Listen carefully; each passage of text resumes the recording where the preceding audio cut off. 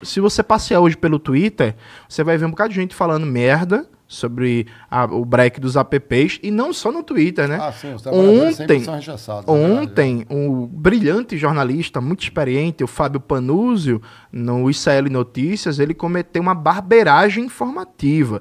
Ele falou que os trabalhadores recusaram o PL dos aplicativos do governo Lula porque não queriam pagar Previdência Social. Isso é falso.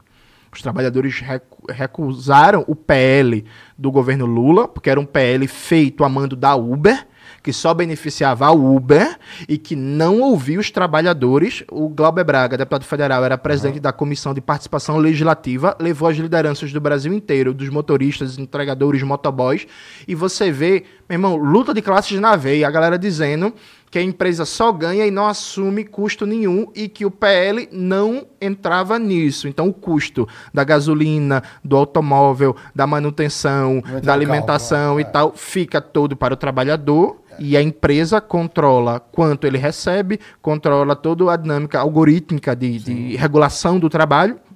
E o PL não mexia nisso. Então, o que a gente viu, isso está disponível no YouTube, viu, gente? Comissão de Participação Legislativa, PL dos aplicativos, depois podem conferir lá e ver a fala dos trabalhadores. Mais de 3 horas de vários trabalhadores falando e a galera descendo pau na Uber, descendo pau nas empresas. E uma das maiores reclamações era dizer que o governo não ouviu os trabalhadores e só sentou de verdade para dialogar com a Uber. Então esse negócio de dizer que os trabalhadores não quiseram PL dos aplicativos porque eles são empreendedores, porque eles são de direita e não sei o que, isso é mentira. Isso não é verdade. Então, parabéns à galera que organizou o break dos apps. Acho que tem que avançar cada vez mais nessa organização sindical.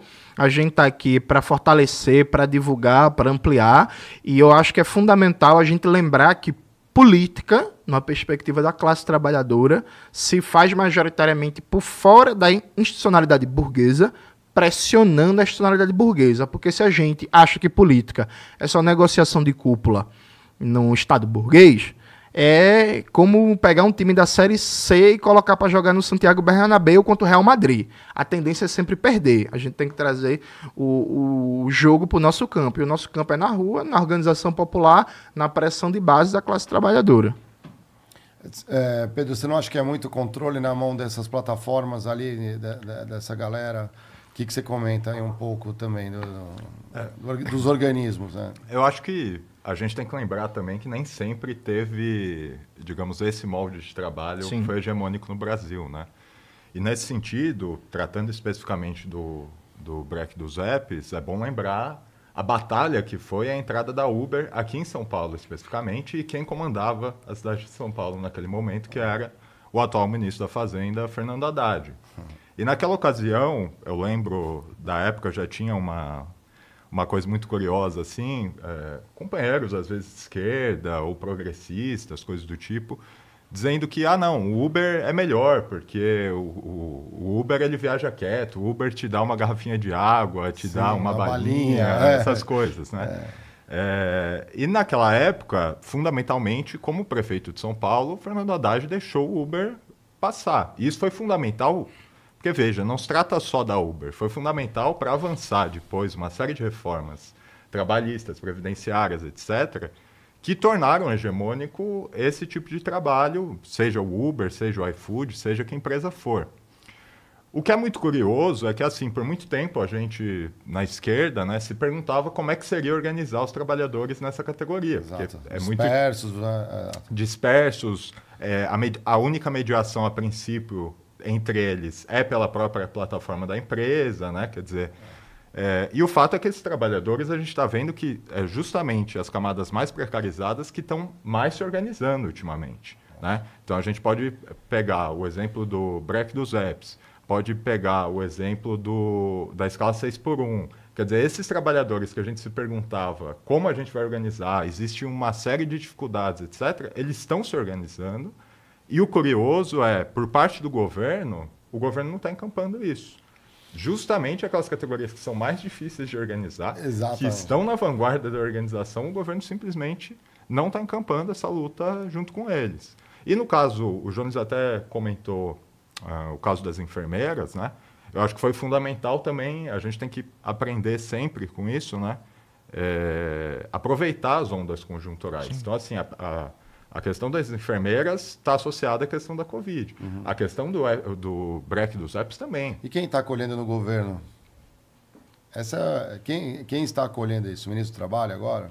Não, o ministro do Trabalho, a primeira declaração que ele deu sobre a luta do fim da escala 6x1 foi ser contra, né? Sim. Ele defendeu o negociado sobre o legislado, que é o princípio fundamental basilar da contra-reforma trabalhista do Temer. Exato. E sobre a questão dos aplicativos, a proposta que saiu do Ministério do Trabalho de PL dos aplicativos é uma proposta feita sob medida pela Uber.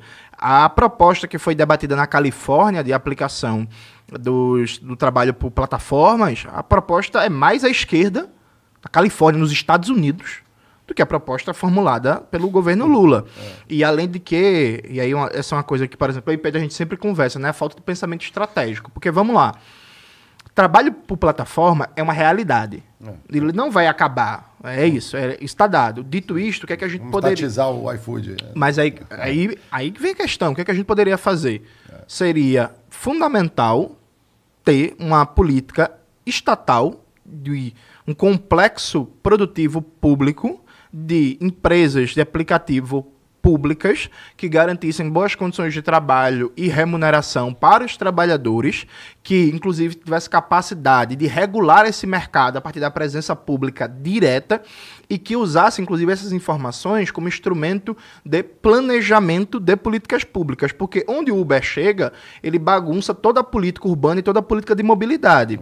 A disponibilidade, por exemplo, de carros, o preço, tudo isso é controlado por uma empresa privada. Então, uma empresa privada como a Uber, ela tem um controle fundamental da mobilidade urbana de uma cidade como São Paulo, de uma cidade como Recife. Isso deveria ser instrumento de política pública, de planejamento público, para não só pensar a qualidade do emprego, as condições de trabalho, saúde, contribuição previdenciária, mas como pensar a mobilidade. Não faz sentido você dizer assim, ó, um exército de milhões de trabalhadores, carros e motos estão conectados por um aplicativo privado que atende a interesses privados e estão totalmente fora do controle do ente público que teoricamente teria a função de planejar tudo isso. Só um parênteses, na cidade de São Paulo, o transporte público foi superado pelos de aplicativo.